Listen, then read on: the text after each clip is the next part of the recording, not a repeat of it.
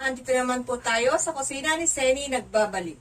Gusto niyo po bang malaman kung paano magluto ng creamy tuna carbonara? So, just keep on watching until the end. Tuturuan ko kayo kung paano gawin ito. Pero bago yun, kung bago lang kayo sa channel ko, please hit the subscribe button and the notification bell to keep you updated in our latest recipe videos. Sobrang na-appreciate ko po yun.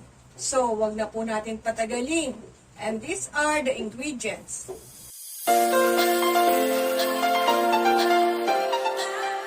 So, let's start!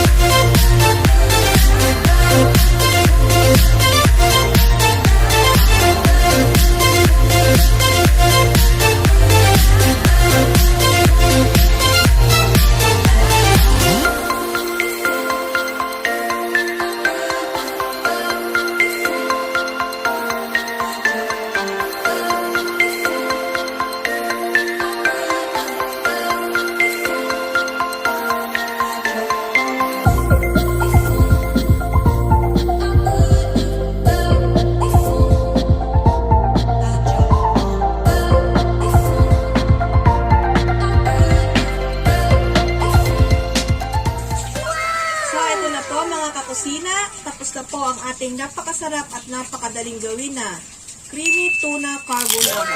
Sana po ay may natutunan po kayo sa ating recipe ngayon kahit kaunti lamang po.